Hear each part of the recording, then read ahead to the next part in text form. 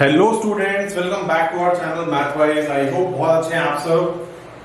And आज हम class 8 का अपना सेशन कंटिन्यू कर रहे हैं। हमने पिछली बार बहुत इंपॉर्टेंट दो प्रॉपर्टीज सीखे थे, आप सबको याद होगा बच्चों। आई होप आपको अभी भी क्लियर हो जाएगा कि हमने क्या प्रॉपर्टीज सीखी थी। We learn competitive property and associative property, correct. हमने कॉम्पिटिटिव और एसोसिएटिव प्रॉपर्टी सीखी थी लास्ट क्लास में और एक उस पर क्वेश्चन भी सॉल्व किया था। एंड आज हम वहीं से कंटिन्यू कर रहे हैं। So today the session is going to be about हम इस प्रॉपर्टी को अप्लाई करके कैसे क्वेश्चंस को इजीली सॉल्व कर सकते हैं। Okay, so we are going to understand how we can apply these properties to make the solution easier. और इसके लिए हमारे सामने एक एग्जाम्पल है बच्चों। एग्जाम्पल क्या है आप देख सकते हो। आपको ये वैल्यू फाइंड करनी है। यहाँ पे 4 रैशनल नंबर्स दिए हैं, इनका सम निकालना है। इनको ऐड करके हमें बताना है कि वैल्यू क्या आएगी। ओके, तो बच्चों वैसे तो लॉजिक बहुत सिंपल है। अगर हमें प्रॉपर्टीज नहीं पता, फॉर एग्जांपल हम भूल जाते हैं 1 मिनट के लिए कि हमें एसोसिएटिव प्रॉपर्टी कॉम्पिटिटिव प्रॉपर्टी नहीं पता क्या होता है, तो हम क्या करेंगे, हम सिंपली ये चारों नंबर्स का एलसीएम निकाल के और एडिशन शुरू कर देंगे। करेक्ट, वो भी मेथड बिल्कुल सही है, उसमें कोई गलती नहीं है। लेकिन वहां पे आप कैलकुलेशन मिस्टेक्स कर सकते हो, वहां चांसेस ज्यादा है कैलकुलेशन मिस्टेक होने के, बिकॉज ये नंबर्स बहुत बड़े बड़े होंगे। ओके, ये नंबर्स बड़े होंगे तो कैलकुलेशन मिस्टेक होने के चांसेस ज्यादा हो जाते हैं। तो यहाँ पे हमारी प्रॉपर्टीज आती हैं पिक्चर में। प्रॉपर्टीज के थ्रू हम समझेंगे कि क्या कोई तरीका है जिससे हम ये नंबर्स को रीअरेंज करके कुछ ऑर्डर चेंज करके इजीली सॉल्व कर सकते हैं। ओके, तो I hope all of you are ready. Start करते हैं हमारा आज का सेशन इस क्वेश्चन के साथ। तो आप ध्यान से देखेंगे बच्चों, इन चारों नंबर्स का अगर मुझे एलसीएम लेना पड़ेगा तो चारों तो डिफरेंट लग रहे हैं, ठीक है। इनका एलसीएम बड़ा भी बहुत आएगा। लेकिन अगर आप ध्यान से देखें तो आपका जो फर्स्ट और थर्ड नंबर है, फर्स्ट और थर्ड नंबर, इनके डिनोमिनेटर क्या है, 7 एंड 21। और बच्चों ये दोनों नंबर्स एक ही टेबल में आते हैं, ये 7 की टेबल में आते हैं। करेक्ट, तो दैट मीन्स इनका एलसीएम लेना थोड़ा सा आसान होगा, राइट। एंड एलसीएम लेना अगर इनका आसान है तो बचे हुए 2 नंबर्स का मुश्किल नहीं है। बचे हुए 2 नंबर्स भी आप ध्यान देंगे वो भी एक ही टेबल में आते हैं, 11 और 22। करेक्ट, 11 की टेबल में आते हैं तो इनका एलसीएम आप ओरली बता पाएंगे, आपको ओरली इनका एलसीएम समझ में आ जाएगा क्या है। तो क्या करेंगे हम बच्चों, कॉम्पिटिटिव और एसोसिएटिव प्रॉपर्टी को यूज करके हम यहाँ पे ऑर्डर चेंज करने वाले हैं हमारे रैशनल नंबर्स का। और ऑर्डर चेंज करके हम क्या करेंगे, जिन नंबर्स का एलसीएम इजीली आ सकता है हम पहले उनको एक साथ में लिख लेते हैं। ओके, तो फर्स्ट स्टेप क्या होगा हमारा बच्चों, फर्स्ट स्टेप है using competitive and associative property 3/7 plus ये वाला नंबर लेंगे हम -8/21। करेक्ट, और जो बचे हुए नंबर्स हैं -6/11 प्लस 5/22। ओके, तो पहला स्टेप आई होप आपको क्लियर हो गया। एंड ये हमने ऐसा अरेंजमेंट क्यों किया, इससे क्या हमारा आंसर चेंज होगा, नहीं होगा, सेम रहेगा, बिकॉज हम जानते हैं कॉम्पिटिटिव एसोसिएटिव प्रॉपर्टी हमें अलाउ करता है ऐसा करने के लिए। अब बच्चों 7 और 21 एक ही टेबल में आते हैं तो इन दोनों का एलसीएम क्या होगा, सिंपली आ जाएगा एलसीएम 21। ओके, तो इन दोनों का एलसीएम आ जाएगा 21 एंड इसको हम 3 से मल्टीप्लाई करेंगे ऊपर, बिकॉज 7 3s are 29। तो ऊपर क्या होगा 3 into 3 9 प्लस यहां मल्टीप्लीकेशन की जरूरत नहीं है, एज इट इज रहेगा वो -8। ओके, एंड सेम काम करेंगे आप यहाँ पे भी। यहाँ पे बच्चों 11 और 22 का एलसीएम क्या आएगा, सेम टेबल में है, सो 22 एंड 11 2 टाइम्स 22 है तो हम ऊपर यहाँ पे मल्टीप्लीकेशन करेंगे 2 से, तो होगा बच्चों -12 प्लस 5। ओके, तो यहां तक आप देखेंगे हमें एलसीएम निकालने की कुछ रफ कैलकुलेशन की अभी तक कोई जरूरत नहीं पड़ी है, सब इजीली हो रहा है। एंड आगे क्या आएगा बच्चों, 9 प्लस -8, तो प्लस माइनस क्या होगा माइनस, तो 9 - 8 इज 1, बचेगा आपके पास 1/21 प्लस यहां क्या रहेगा बच्चों, -12 प्लस 5 विच इज -7/22। ओके, तो आप देख सकते हो हमारा इतना बड़ा क्वेश्चन जो था वो अभी रिड्यूस होके कितना छोटा सा रह गया है। अब क्या करेंगे, अब इसको हम सॉल्व करने के लिए एलसीएम लेंगे। एलसीएम किसका लेंगे बच्चों, 21 और 22 का। तो 21 और 22 का जब आप एलसीएम लेंगे तो उसके बाद में क्या आएगा आपके पास, आगे चलते हैं नेक्स्ट स्टेप पे। तो यहां से हम अपना क्वेश्चन कंटिन्यू करेंगे। इधर तक नोट करने के लिए आप वीडियो को पॉज करें एंड नोट दिस डाउन। हम आगे चलेंगे अब।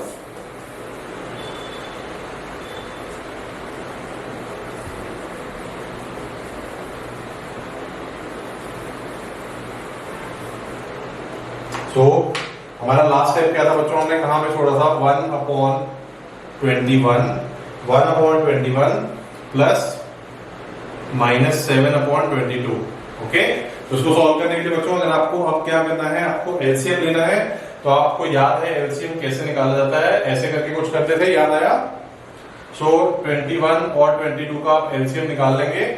एलसीएम निकाल के हम आगे चलेंगे एंड इसको सॉल्व करते हैं। सो फर्स्ट ये कुछ ऐसा दिखाई देगा, क्विकली सॉल्व करते हैं इसे।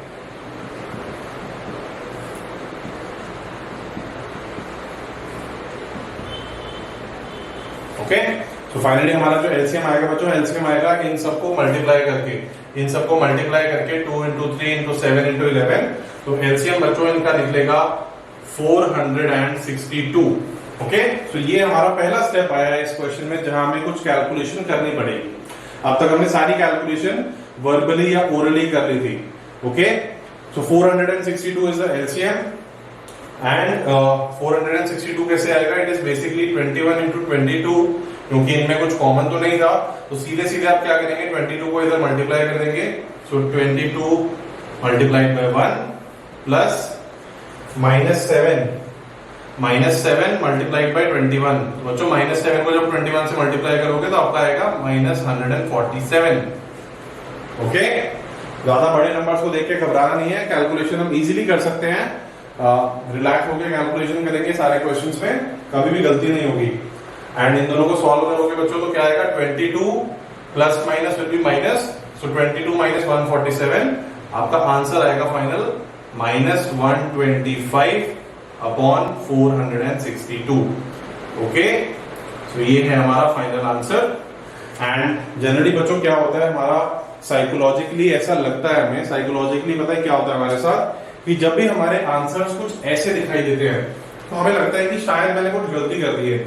एग्जाम्स में स्पेशली ऐसा होता है आपके साथ कि ऐसा नंबर देख के लगता है कि जो भी हो मैंने कुछ ना कुछ गलत किया है, लेकिन ऐसा कुछ भी नहीं है। This is just fear and a psychological pattern जो हम अपने आप में ऑब्जर्व करते हैं एज स्टूडेंट्स। आपके आंसर्स कुछ भी आ सकते हैं बच्चों, मैथ्स में इनफाइनाइट नंबर्स हैं, कैसे भी नंबर्स आपके आंसर आएंगे, डोंट वरी। आपने अगर मेथड सही से अप्लाई किया है, आपने सब कुछ सही से किया है, तो फाइनल आंसर आपका जरूरी नहीं है कि बहुत छोटा सा अच्छा सा नंबर दिखेगा, वो ऐसे नंबर्स भी हो सकते हैं। ओके, तो आई होप ये क्वेश्चन आपको क्लियर हुआ। क्वेश्चन कंप्लीट करेंगे, नोट करेंगे इसको एंड देन एक और एग्जांपल लेते हैं इन प्रॉपर्टीज को समझने के लिए। तो बच्चों अभी हमारे सामने है नेक्स्ट एग्जांपल, एक और हम क्वेश्चन सॉल्व कर रहे हैं इन्हीं दोनों प्रॉपर्टीज को यूज करते हुए। लेकिन इस बार आप ध्यान देंगे थोड़ा सा डिफरेंट है क्वेश्चन। यहाँ पे एडिशन नहीं करना है, यहाँ पे आपको क्या करना है, मल्टीप्लीकेशन। ओके, सो मल्टीप्लीकेशन हमें बेसिकली 4 रैशनल नंबर्स का करना है एंड 4 रैशनल नंबर्स को मल्टीप्लाई करने के लिए हम जनरली क्या करते हैं, हम पहले 2 रैशनल नंबर्स मल्टीप्लाई करेंगे, उसका जो आंसर आएगा उसको 3rd से मल्टीप्लाई करेंगे, फिर उनका जो आंसर आएगा उसको 4th से मल्टीप्लाई करेंगे। करेक्ट? ऐसा ही कुछ हम सॉल्व करने के लिए प्रोसेस या मेथड यूज करते हैं। लेकिन बच्चों अगर आप यहाँ पे फिर से ध्यान से देखेंगे 4 नंबर्स हैं, तो 4 नंबर्स में ऐसे नंबर्स आपको जरूर मिलेंगे जहां पे पेयरिंग करके या ऑर्डर को बदल के आपका क्वेश्चन इजीली सॉल्व हो सकता है।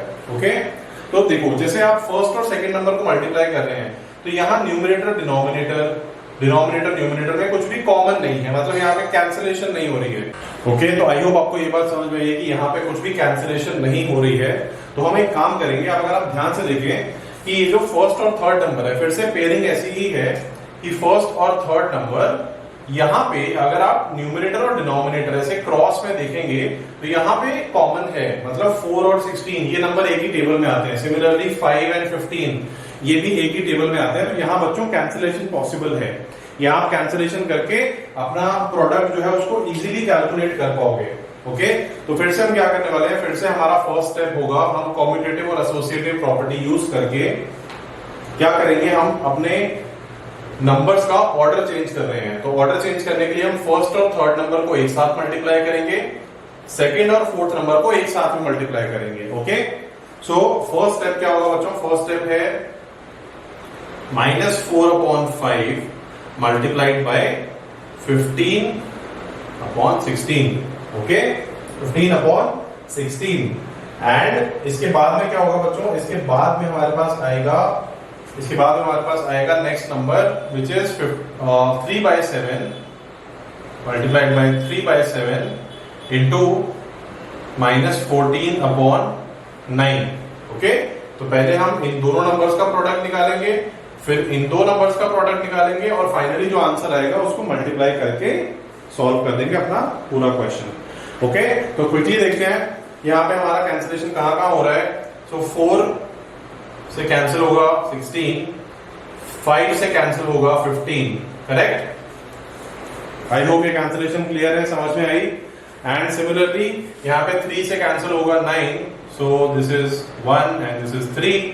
7 और 14 आपस में कैंसिल हो जाएंगे, तो फाइनली आपको क्या बचेगा यहाँ पे बच्चों?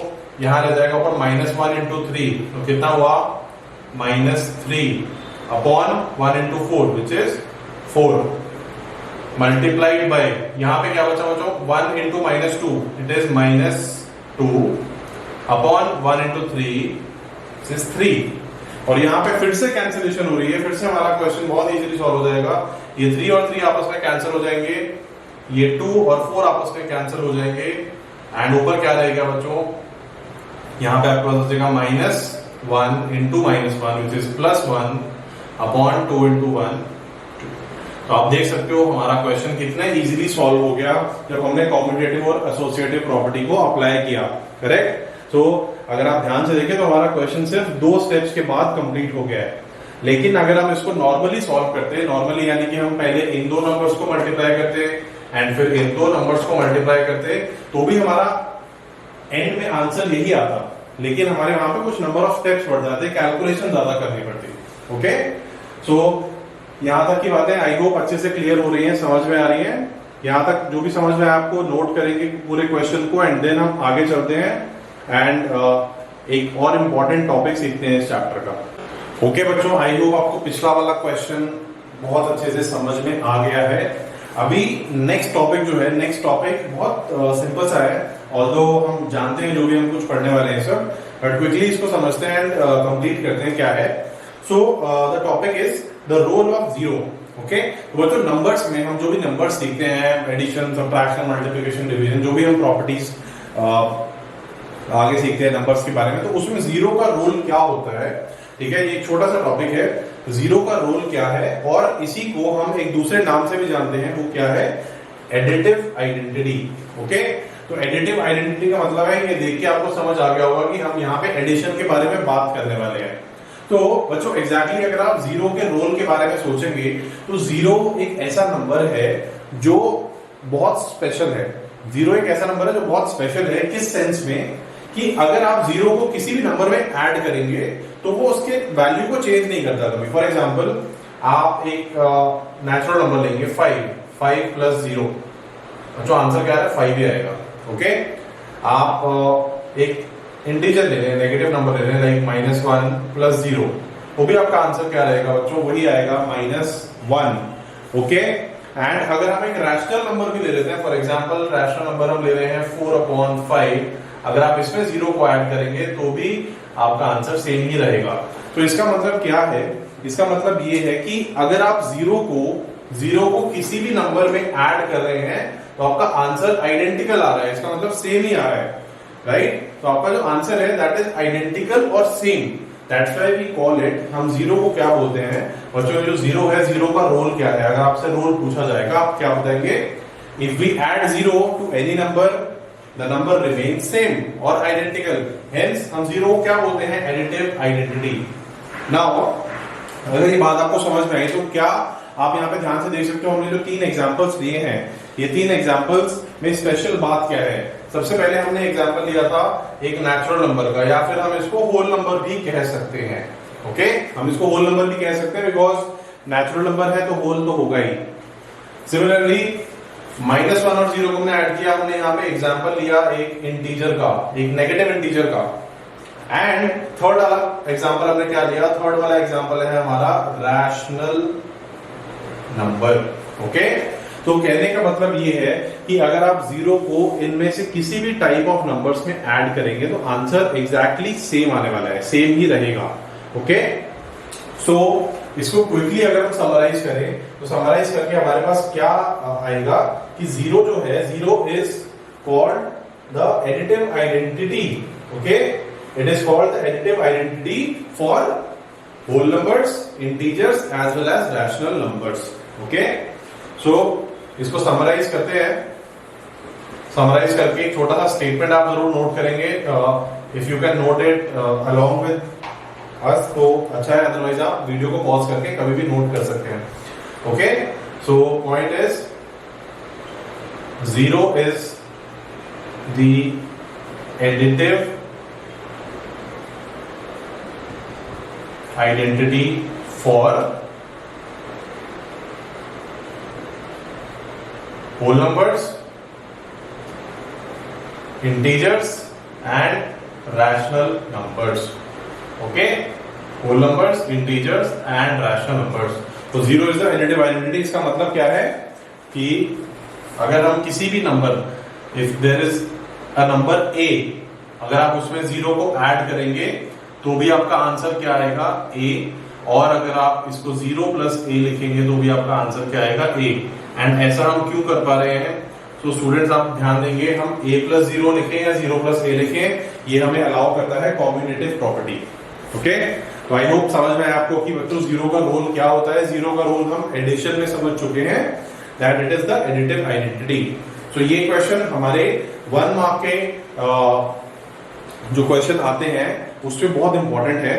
तो आपको 1 मार्क में सिंपली पूछा जा सकता है कि what is the additive identity for whole numbers, what is the additive identity for integers, rational numbers. तो आपको वहां पे सिंपली क्या आंसर देना है, 0। या फिर अगर वो एमसीक्यू है, मल्टीपल चॉइस क्वेश्चन है, तो आप 0 को ढूंढ के जो भी ऑप्शन है उसे मार्क कर देंगे। ओके, सो आई होप ये पॉइंट अच्छे से क्लियर हुआ है। एंड वीडियो को पॉज करके पूरा नोट करेंगे एंड देन आगे चलते हैं। अब इसके बाद हम सीखेंगे कि 1 का रोल क्या होता है। हमने 0 का रोल तो समझ लिया एंड अब 1 के रोल को भी और डिटेल में समझते हैं। So let's continue. तो बच्चों आगे चलते हैं एंड लेट्स अंडरस्टैंड कि 1 का रोल क्या है। ओके, 1 का रोल क्या है, हमने 0 का रोल समझ लिया। नाउ 1 का रोल एग्जैक्टली क्या है आप देख सकते हो। हमें इसका दूसरा नाम जो है जिससे हम जानते हैं इसको, that is called multiplicative identity. Okay, multiplicative identity. तो यहाँ पे भी आपको क्लियर हो गया होगा कि इस बार हम मल्टीप्लिकेशन के बारे में बात करेंगे, जैसे हमने लास्ट टाइम एडिशन के बारे में बात किया था। सो बच्चों 1 का रोल भी बहुत सिंपल है। अब पिछली बार जो हमने सीखा था वो यहाँ एप्लीकेबल नहीं है। ऐसा नहीं है कि आप 1 ऐड करोगे कहीं पे और आंसर चेंज नहीं होगा, आंसर चेंज होगा वहां पे। ओके, लेकिन एक ऐसा ऑपरेशन है जो हमने यहाँ लिखा है मल्टीप्लिकेशन, जहां पे 1 का रोल बहुत स्पेशल है। ओके, कैसे, अगर आप फिर से वही एग्जांपल्स लें, लेट्स से हम 5 को 1 से मल्टीप्लाई करेंगे, आपका आंसर क्या आएगा, 5। दैट मींस आपने मल्टीप्लिकेशन तो किया बट आंसर सेम ही है, नंबर चेंज नहीं हुआ। ओके, आप नेगेटिव नंबर ले लीजिए, लेट्स से -4 मल्टीप्लाइड बाय 1, तो भी आपका आंसर क्या आएगा, -4।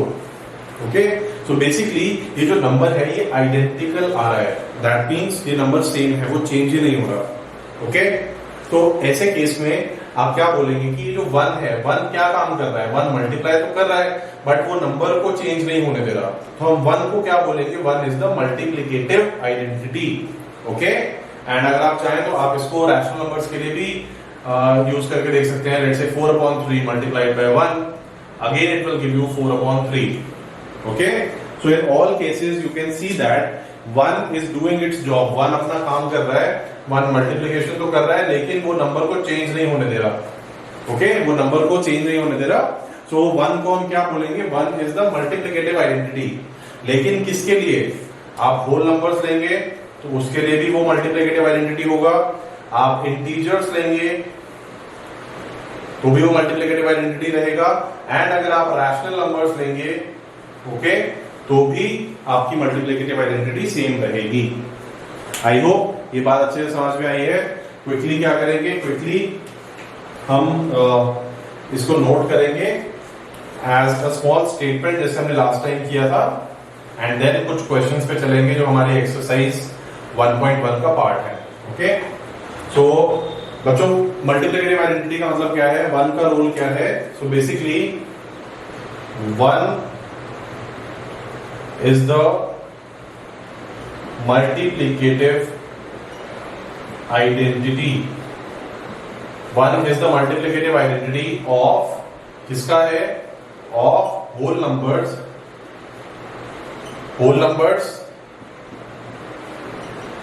integers and rational numbers. Okay, whole numbers, integers and rational numbers. And अगर आप इसको और सिंप्लीफाई करेंगे, if a is a number, so a multiplied by 1 or 1 multiplied by a, it will be equal to a. And again हम ये order change करके क्यों लिख पा रहे हैं? Because of competitive property. Okay, so I hope this point is also clear to you. Multiplicative identity क्या होता है? नाउ इसको नोट करेंगे एंड आगे चलते हैं and let's solve a couple of questions.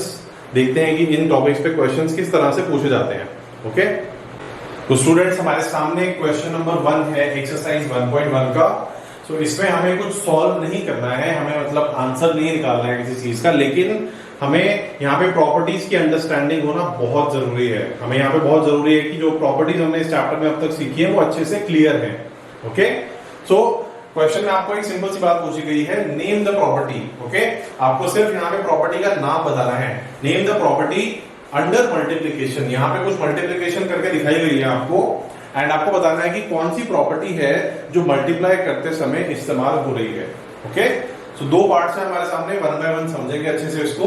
तो फर्स्ट पार्ट है, देखो बच्चों क्या लिखा है, -4/5 multiplied by 1 equals to 1 multiplied by -4/5, again it is equal to -4/5। तो यहाँ पे बच्चों आप ध्यान से देखेंगे तो क्या हो रहा है कि यहाँ पे इन्होंने ऑर्डर चेंज कर दिया है, लाइक -4/5 इंटू 1, उसको इक्वल टू लिखा है 1 मल्टीप्लाइड बाय -4/5। दैट मीन्स ये कुछ ऐसा कर रहे हैं कि आप a इंटू बी को b इंटू a लिख रहे हो। ओके, एंड वो इक्वल है। तो हमने सीखा था ऐसा कहां पे होता है, ऐसा होता है कॉम्यूटेटिव प्रॉपर्टी में, करेक्ट। तो इस क्वेश्चन का जो फर्स्ट इतना पार्ट है, इतना पार्ट तो हमें दिखा रहा है कि ये कॉम्यूटेटिव प्रॉपर्टी है, ठीक है। एंड आंसर आपका तब भी सेम आ रहा है, आंसर -4/5 है। तो अंडरस्टूड, कॉम्यूटेटिव प्रॉपर्टी यहाँ पे लग रही है। लेकिन यहाँ पे और एक चीज है, अगर आप कॉम्पिटिटिव प्रॉपर्टी के अलावा भी एक और चीज है जो यहाँ पे अप्लाई हो रही है, वो क्या है? कॉम्पिटिटिव प्रॉपर्टी तो समझ में आ गई। नाउ आप ध्यान से देखें, यहाँ पे मल्टीप्लिकेशन किसके साथ हो रहा है? यहाँ मल्टीप्लिकेशन हो रहा है 1 के साथ। ओके, एंड अभी अभी हमने सीखा था कि 1 का रोल मल्टीप्लिकेशन में क्या होता है, वो हमारा आंसर जो है नंबर को चेंज नहीं होने देता, वो उसको आइडेंटिकल रखता है। दैट मीन्स यहाँ पे वो -4/5 को 1 से मल्टीप्लाई कर रहे हैं, या फिर 1 को -4/5 से मल्टीप्लाई कर रहे हैं, स्टिल आंसर क्या आ रहा है? -4/5। तो ये हमने जस्ट अभी तो कंप्लीट किया है, हमने अभी समझा है कि हम इसको मल्टीप्लिकेटिव आइडेंटिटी भी बोलते हैं। तो हमारा इसका आंसर क्या होगा बच्चों कि यहाँ पे दो चीजें अप्लाई हो रही हैं, एक तो कॉम्यूटेटिव प्रॉपर्टी है, ओके, कॉम्यूटेटिव प्रॉपर्टी है वो अप्लाई हो रहा है, और दूसरा पॉइंट क्या है? दूसरा पॉइंट है मल्टीप्लिकेटिव आइडेंटिटी। तो second point is multiplicative identity. Okay, I hope this point is also clear to you कि ये दोनों प्रॉपर्टीज यहाँ पे यूज हो रही हैं। रीजन क्या है बच्चों? रीजन है बिकॉज यहाँ मल्टीप्लिकेशन 1 के साथ में हो रहा था, राइट। तो अगर ये समझ में आया है, सेकंड पार्ट पे चलते हैं। सेकंड पार्ट तो बहुत आसान है, सेकंड पार्ट में कुछ भी नहीं करना है, आपको दिख रहा है यहाँ पे सिंपली दो नंबर्स हैं, यहाँ पे a इंटू बी लिखा है और इधर b इंटू a लिख दिया है। तो नंबर्स क्या है ध्यान देंगे, -13/17 एंड -2/7, और यहाँ पे उन्होंने -2/7 को पहले लिखा है और -13/17 को बाद में। तो दैट मीन्स ये कुछ ऐसा बताना चाह रहे हैं कि a into b is equal to b into a, और हम जानते हैं कि हम इसे क्या बोलते हैं, we call this commutative property. इसका आंसर बच्चों बहुत सिंपल सा है, आंसर क्या होगा इसका? Commutative property. Okay, I hope इसमें कोई भी डाउट नहीं है, समझ में आ गया अच्छे से कि this is our commutative property. And अगर ये पॉइंट आपको क्लियर है तो वीडियो को पॉज करेंगे, यहाँ दोनों का आंसर नोट करेंगे। एंड कोई भी ऐसी चीज जो हमने मे बी बोर्ड पे नहीं लिखी है लेकिन हमने डिस्कस की और आपको लगता है कि आपकी रिवीजन में वो काम आएगी, इंपॉर्टेंट है, तो अपने नोट्स में जरूर उसको इंक्लूड करेंगे। एंड इसके बाद हम चलते हैं नेक्स्ट क्वेश्चन पे। ओके बच्चों, तो आगे चलते हैं। अभी हमारे सामने क्वेश्चन नंबर 2 है, सेम एक्सरसाइज 1.1 का। ओके, एंड इसमें भी हमें एक्चुअली कुछ सॉल्व करके आंसर नहीं निकालना है, क्योंकि यहाँ पे भी हमसे क्वेश्चन में सिर्फ इतनी बात पूछी गई है कि कौन सी प्रॉपर्टी है यहाँ पे जो अप्लाई हो रही है इस मल्टीप्लिकेशन में। एंड एक्चुअली क्या बोल रहे हैं वो, tell what property allows you to compute. Okay, हमें बताना है कि हमें ऐसी कौन सी प्रॉपर्टी है जो इस मल्टीप्लिकेशन को ऐसे भी सॉल्व करने में अलाउ करती है, हेल्प करती है। ओके, तो आप ध्यान देंगे बच्चों, यहाँ पे नंबर्स कितने हैं, यहाँ पे नंबर्स हैं हमारे पास 3। ओके, पहला नंबर है 1/3, देन 6, देन 4/3। अब ये क्या कर रहे हैं, यहाँ पे कुछ ऐसा हो रहा है, जैसे मान लेते हैं पहला नंबर है a, so a into b into c। Okay, 3 numbers आपस में मल्टीप्लाई हो रहे हैं और यही 3 नंबर्स आगे भी आ रहे हैं जहां पे 1/3, 6 एंड 4/3 है, लेकिन यहाँ पे ग्रुपिंग कुछ अलग हो गई है। यहाँ पे a इंटू बी ब्रैकेट के अंदर है और c बाहर है।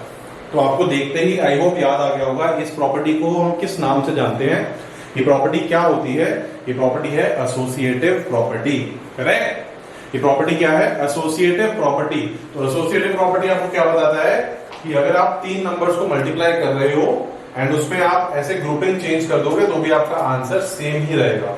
एंड अगर आपका आंसर सेम ही रहेगा तो आप उसको ऐसे कैलकुलेट करें या ऐसे कैलकुलेट करें, एक ही बात है।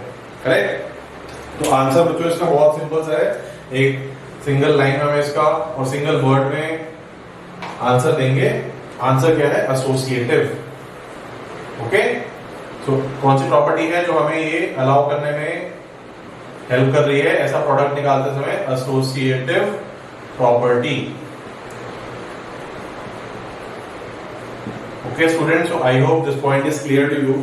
नाउ एक क्वेश्चन बचा है एक्सरसाइज 1.1 का, उस क्वेश्चन को भी क्विकली करते हैं एंड देन इस सेशन को हम यहाँ पे आज एंड करेंगे। लेकिन बहुत इंपॉर्टेंट बात है कि ये चैप्टर यहाँ भी एंड नहीं होगा। Okay, but before that question 3 को सॉल्व करते हैं। क्वेश्चन 3 क्या है, सो इस क्वेश्चन का आंसर आई होप क्लियरली समझ में आ गया है।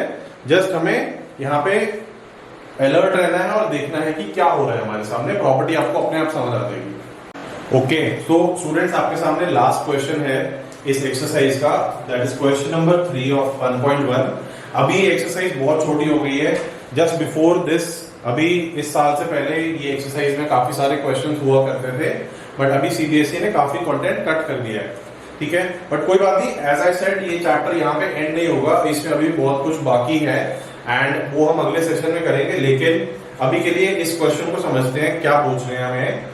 ये फिल इन द ब्लैंक है। Okay, so the product of 2 rational numbers, product का मतलब क्या है, मल्टीप्लिकेशन। तो अगर आप 2 रैशनल नंबर्स को मल्टीप्लाई करते हो then the product is always a, आपको ये ब्लैंक को फिल करना है, बताना है क्या है। तो बच्चों अगर आप कोई भी 2 रैशनल नंबर्स को मल्टीप्लाई करोगे तो आंसर क्या क्या आएगा, हम 2-3 एग्जांपल्स ले लेते हैं। ठीक है, सो लेट्स से मैं एक नंबर ले रहा हूं 1/2 इंटू 2/3। ओके, 2 रैशनल नंबर्स को हमने मल्टीप्लाई किया एंड एक और नंबर ले लेते हैं 3/5 इंटू 10/9। ओके, ये 2 एग्जांपल्स है हमारे पास एंड आप चाहो तो इनमें किसी एक नंबर को नेगेटिव भी ले सकते हो। तो फॉर एग्जांपल हम इसको -3 कर देते हैं। नाउ जब आप इनको मल्टीप्लाई करोगे तो क्या होगा, जैसे यहाँ पे तो कैंसिलेशन हो रही है, तो कैंसिलेशन होने के बाद क्या आएगा 1/3। ओके, यहां भी कैंसिलेशन हो रही है कुछ इस तरह से एंड आंसर क्या आ रहा है -2/3। तो बेसिकली पॉइंट ये है कि बच्चों जब भी आप कोई 2 रैशनल नंबर्स को मल्टीप्लाई करोगे तो आपका आंसर फाइनली कुछ ऐसा आएगा जो कि P/Q फॉर्म में रिप्रेजेंट होगा। ओके, वो P/Q फॉर्म में ही आएगा, उसका वो फॉर्म चेंज नहीं होगा कभी। दैट मीन्स अगर हम कोई 2 रैशनल नंबर्स को मल्टीप्लाई करेंगे तो आंसर ऑलवेज क्या आएगा, आंसर ऑलवेज आएगा एक rational number. Okay, answer always क्या आएगा, एक रैशनल नंबर, बिकॉज जो हमारा फाइनल आंसर होगा उसकी फॉर्म कैसी होगी, उसकी फॉर्म भी होगी P/Q, एंड उसको हम जानते हैं कि हम क्या बोलते हैं, रैशनल नंबर।